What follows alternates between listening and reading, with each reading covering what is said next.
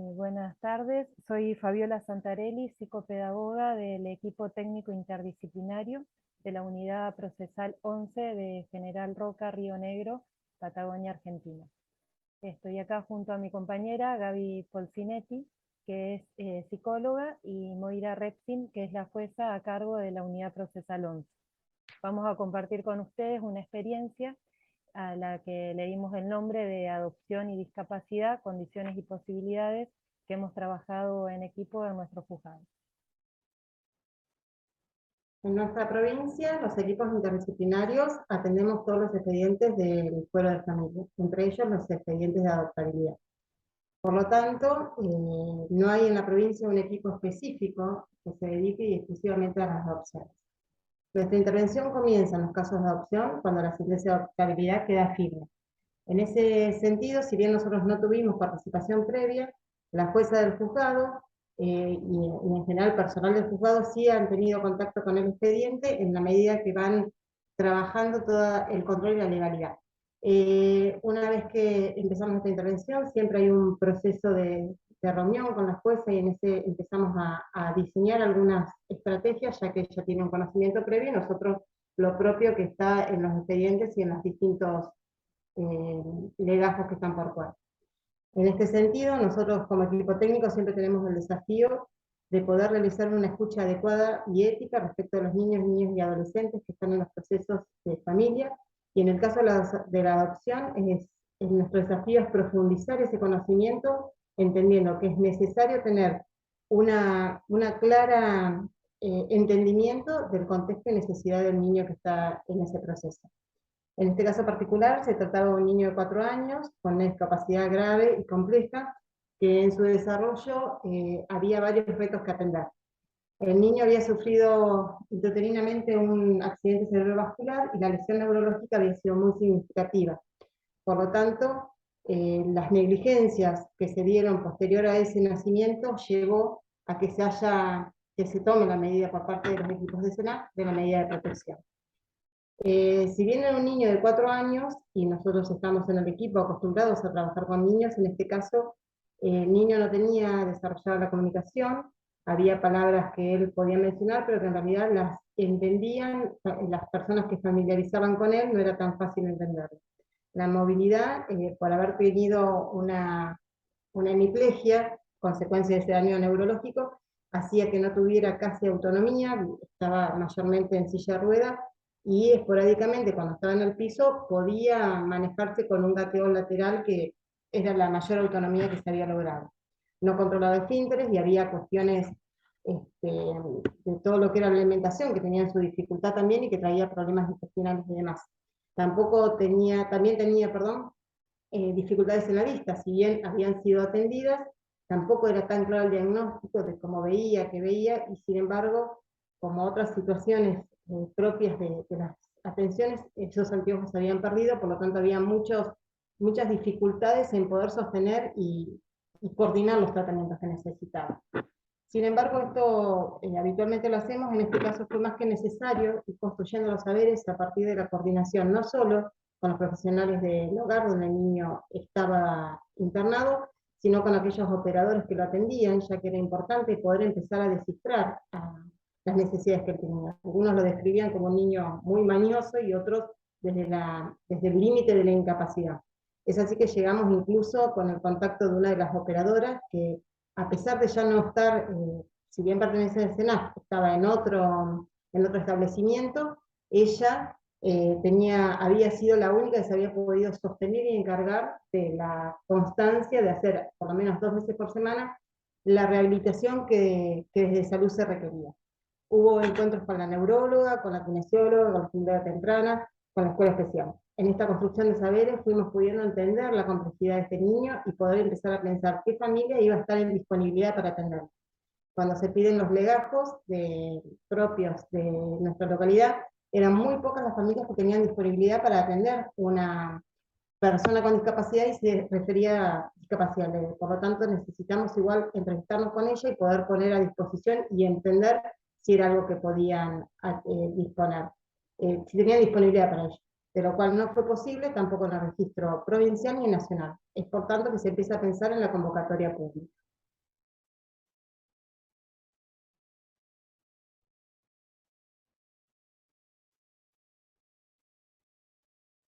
Estás muteada, Moira. Este es el afiche que quedó armado de la convocatoria pública. Llegamos a la convocatoria pública al darnos cuenta justamente que no teníamos familias dentro del registro que pudieran estar haciéndose cargo del cuidado como requería este nene. Cuando llegamos a este punto de darnos cuenta, lo que hicimos fue armar un equipo interdisciplinario, este equipo, más allá del equipo que teníamos desde el juzgado, en donde también estuvo integrado por la Defensoría de Menores o la Asesoría, como se lo llama en la provincia de Córdoba, y también lo integramos con 2 periodistas que trabajan en el Poder Judicial. Este trabajo y este aporte que hicieron las periodistas, lo que hizo fue ayudar a poder transmitir el mensaje a la sociedad, que era la receptora del mensaje que queríamos dar, con un lenguaje que fuera el adecuado para transmitir este tipo de información que era la que queríamos estar dando. El trabajo lo completamos con la intervención de los profesionales de diseño del Poder Judicial y organizamos además entrevistas con los medios masivos de comunicación de acá de nuestra localidad, porque la búsqueda de una familia estaba orientada a gente de la zona y no a gente de todo el país. Así que eso fue la posibilidad que tuvimos de poner en conocimiento a través de varios medios públicos la información a la gente que podía llegar a ser destinataria de este mensaje.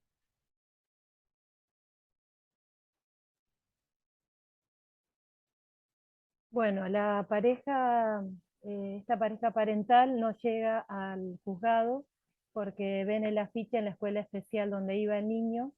y la asistente social nos comunica que, bueno, que había una pareja de personas sordas que estaban interesados en inscribirse en la convocatoria. Nosotros por eso todo el proceso lo pensamos desde la justicia dialógica, porque desde el principio tuvimos que hablar con varios actores y no centramos solamente en las personas con discapacidad. Cuando llegan ellos al día de la entrevista, nosotros estuvimos entrevistando a toda la gente que se anotó, llegaron junto con el intérprete, una intérprete y una amiga que hacía de traductora, o sea que ya no nos plantearon un trabajo en equipo y nos advirtieron sobre la importancia de que ellos cuenten con profesionales formados en interpretar y no solo en traductores de la lengua de señas. Nosotros hicimos varias entrevistas con ellos, conocimos su dinámica familiar, su inclusión social, las 2 personas incluidas en ámbitos laborales, la dinámica familiar que veíamos que era posible que atiendan las necesidades del niño, y una vez que nos pareció que sí, que podía hacer esta familia, también abrimos nuestra propia comunicación con personas que nos podían dar herramientas de cómo estos padres sordos, qué cosas teníamos que tener en cuenta en la evaluación. Y bueno, llegamos a la conclusión de esto, ¿no? De que las personas contaban con una condición y que esa condición no podía tapar su capacidad parental. Así que luego de este primer proceso tenían que pasar por las evaluaciones que exige el registro de adoptantes, y en ese sentido, bueno, tanto con la psicóloga, con el asistente social, también se tuvo que tener en cuenta este derecho a la justicia accesible y contar con el intérprete y no solo con un traductor de lengua de señas, que eran las personas que estaban en el registro del Poder Judicial. Una vez que estas evaluaciones dieron también favorables al proceso, y comenzamos la vinculación. En el momento de la vinculación, el niño estaba en una familia solidaria a partir de que se dicta la cuarentena, o sea que eso fue una gran ventaja porque la familia solidaria tuvo una disponibilidad especial abriendo su casa a distintos momentos. La cuidadora, la mamá de los niños en esa familia era acompañante terapéutica, así que había construido muchas herramientas en la atención al niño, que en lo cotidiano fue compartiendo con esta pareja parental, desde lo más simple, como de cómo le daba los medicamentos, hasta cómo lo cambiaba, cómo atendía sus estados de ánimo, y bueno, fue todo como, o sea, el proceso duró 15 días, fue todos los días, en distintos momentos, hasta que se dieron los primeras visitas del niño a la casa de sus futuros papás. En este primer pernocte ahí en la casa, se estuvo en contacto desde el equipo técnico y desde la familia solidaria, y el niño se fue adaptando muy bien a los diferentes espacios que ellos ya habían planificado para que él esté bien atendido. Así que bueno, con todo lo que se dio de la convivencia, los cuidados, ellos ya habían tenido en cuenta todos los tratamientos a los que les tenían que dar continuidad. Bueno, se inició la guarda preadoptiva. Al momento de la vinculación, ya en el periodo de guardia, nuestro equipo sigue trabajando en este acompañamiento. El acompañamiento era a través de WhatsApp, que ellos de manera escrita nos podemos comunicar diariamente. También una de las amigas de ella, que tenían manejo claro en lengua de señas, muchas veces se hicieron a través de videollamadas, estando presente y pudiendo ella comunicar, o incluso alguna consulta rápida, más cuestiones administrativas, de presencia y demás, siempre fue un apoyo muy importante. Lo que más fue para nosotros interesante es que todo lo que se había pensado y evaluado claramente se vio plasmado, se pudieron garantizar todas las necesidades del niño, todos los apoyos estuvieron presentes y se amplificaron cuando aparece la familia extensa de esta pareja, ya más presente y consolidada, con hermanos, abuelos. El niño, si bien en un principio continuó en la localidad de Roca, que está distante 45 kilómetros de la ciudad de Neuquén, donde pasó a vivir, con los tratamientos, era muy significativo y se ha acompañado cuando ellos empezaron a poder marcar nuevos síntomas que se pensaban como maña, y sin embargo lo que generaba el dolor, lo que llevó a que la neuróloga incluso haya pensado en modificar la medicación y ha modificado en el niño cuestiones respecto del sueño y de su estado al no tener ese dolor. Empezaron a utilizar todas las cuestiones que eran importantes de tratamiento, pudieron conseguir a través de la nueva obra social todos los instrumentos de estimulación adecuados, desde la silla de ruedas, férulas y demás, y empezaron a usar un montón de estrategias como mordillo para que no se morra el dedo. Rápidamente se pusieron en contacto con el sistema educativo, pudo incorporarse en la doble escolaridad de la escuela especial y la escuela común, y realmente estamos muy satisfechos de cómo todo lo que se había pensado y se había evaluado se vio realmente plasmada, garantizando los derechos de este niño.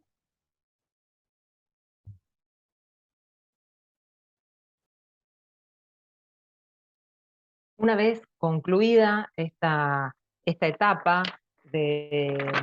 construcción del vínculo, es cuando el expediente llega a la sentencia, ¿no? Y llega a la sentencia y también llega a producir un cambio a la vida de la familia, porque la sentencia la dictamos en el momento en que se constata que está generada la vinculación paterno-filial, entendiendo que la sentencia es un proceso que pone fin a las etapas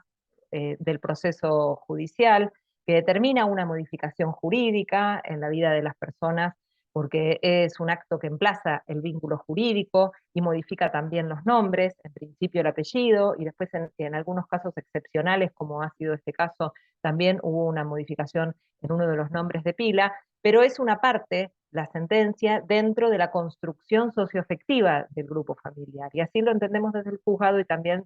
se los transmitimos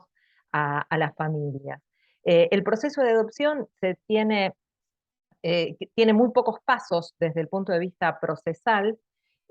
porque el equipo continúa en contacto con la familia de manera constante desde el momento en que inicia la intervención, y así es suficiente que presente un informe de cierre, digamos, de este proceso, y luego de esto se realiza una audiencia. Digamos, no tenemos un proceso donde no tenemos otras pruebas, no tenemos testigos, porque todas las personas que intervienen ya están en contacto con el equipo del juzgado. En este caso, cuando hablo de esta audiencia de cierre del proceso judicial, la audiencia decidimos tenerla en la casa de la familia, como para conocer los espacios. Ya había estado el equipo trabajando en la casa, pero yo no había estado hasta ese momento, entonces me pareció que era una buena oportunidad como para poder ver y presenciar todo lo que me habían estado contando de cómo se había organizado la familia desde el arribo del nene a esta casa. Así que fue una situación muy, muy agradable, muy, muy grata, donde compartimos no solamente con la familia, sino también con las personas que componen esta red de apoyo constante que tienen, que son principalmente estas intérpretes que nos acompañaron también a lo largo del proceso. Eh, Cuando,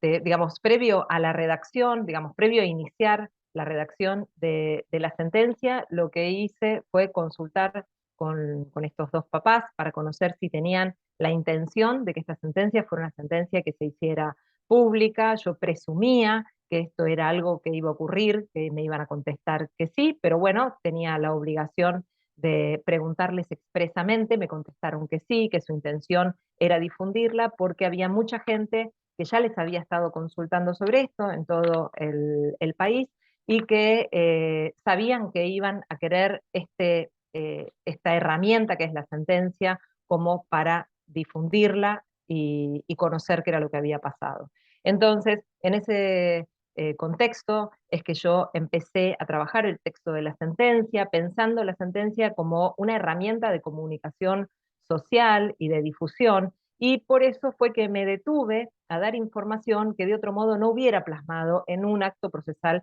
de estas características.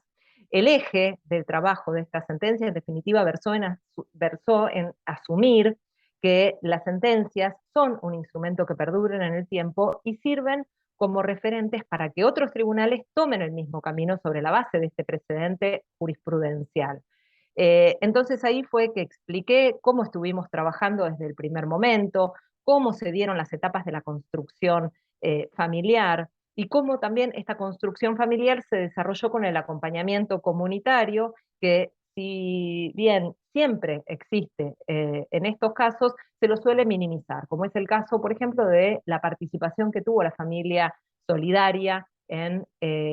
cómo se generó esta vinculación inicial entre el nene y sus dos papás. Entonces, eso es algo que yo no lo minimicé, sino que al contrario lo dejé plasmado expresamente porque fue un factor muy importante en la vinculación. También en la sentencia explico cómo trabajamos en equipo y aprovecho esta ocasión que tenemos como para comentar que el borrador de la sentencia circuló con la gente del equipo, con quienes estamos conversando acá, y también lo conversé con juristas de mi confianza que me ayudaran como a terminar de pulir algunos detalles, porque me parecía importante dar una, digamos, informar un texto que estuviera realmente pulido y donde se pudieran expresar con claridad todo lo que queríamos expresar, que no era yo la única que quería expresar, sino que era un grupo de gente que quería expresar cosas a través de esta sentencia. Por lo cual, bueno, la tarea en definitiva de la sentencia no fue una tarea solitaria como suelen ser las sentencias, sino que fue una tarea bastante colectiva, si bien la decisión en sí sí es una decisión personal mía, porque es mi obligación como jueza, la de haber tomado la decisión de que era el momento de dar la sentencia. Dentro de las cosas que explico en el trabajo del equipo, dejo aclarado que cuando hablamos del equipo en los temas de adopción, yo como abogada integro este equipo de trabajo y tengo una participación que aparece con la gente en determinadas circunstancias, no en forma permanente, pero sí la gente sabe que yo estoy en contacto permanente con la información que va fluyendo de manera constante en las personas con quienes está más en contacto, que en este caso son la psicopedagoga, la psicóloga y el asistente social que trabajan en el juzgado. Así que yo intervengo en los momentos de audiencia, quizás en algún otro momento también, pero doy dentro de este grupo, doy mi aporte desde mi carácter de abogada y desde mis conocimientos jurídicos. En definitiva, cuando les comentaba que el objetivo de la sentencia era que tuviera difusión, es un objetivo que lo hemos logrado. Acá les mostramos algunas de las imágenes que aparecieron en los medios de difusión, donde hicieron, digamos, difundieron porque les pareció muy interesante esto que estábamos planteando. también en ámbitos profesionales del derecho, y como vemos en este congreso también de otras especialidades, se han hecho eco de esta experiencia que hemos tenido y que lo que en definitiva permitió es abrir un debate que aún no está totalmente instalado, entonces está bueno seguir trabajando en que podamos debatir sobre esta situación, de qué es lo que pasa con las personas que tienen discapacidad, como para ser también padres, madres adoptivos, y en un momento que me parece que es crucial, en donde estamos trabajando en general en materia de adopción, ciertos cambios que tenemos que implementar porque hay muchos casos que no les encontramos respuestas. Entonces, me parece que es un momento adecuado dentro de la evolución jurídica que estamos viendo, que estos temas sean temas de conversación y de debate, y esta sentencia o este caso que tenemos es disparador de varios de esos debates que tenemos que pensar. Por eso agradezco muchísimo, agradecemos muchísimo esta invitación, este permiso que nos dan como para que les comentemos qué es lo que estuvimos viviendo, y esperemos que realmente pueda ser un inicio como para pensar dentro de los equipos de trabajo cómo estas cuestiones pueden encontrar soluciones no de una manera tradicional, sino de otras maneras, abriendo las cabezas y también derribando barreras. Entonces, con esto nos despedimos. Muchísimas gracias a todos quienes nos están escuchando. Hasta luego.